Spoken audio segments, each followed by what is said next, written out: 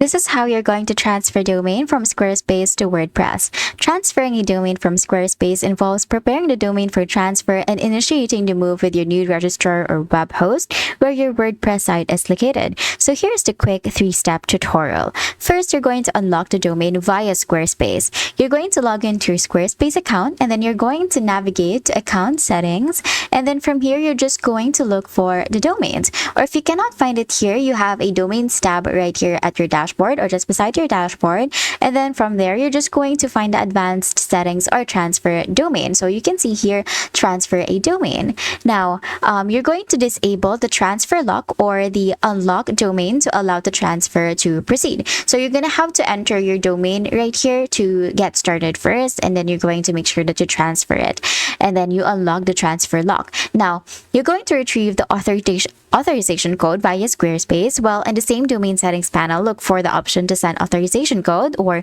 EPP or authorization code. Now, Squarespace will send this unique code to the email address listed as the domain owner or the registrant contact. You're going to have to retrieve and save this code. It is required by the new registrar. Now, after that, you're going to initiate the transfer. You're going to log into your new hosting provider's account, like your WordPress, and then you're going to look for an option to transfer an existing domain. You're going to enter the domain name and paste the authorization code when prompted, and then you're going to complete the purchase for the domain transfer. This typically includes 1 year of registration. You may receive a final confirmation email that you must click to approve the transfer.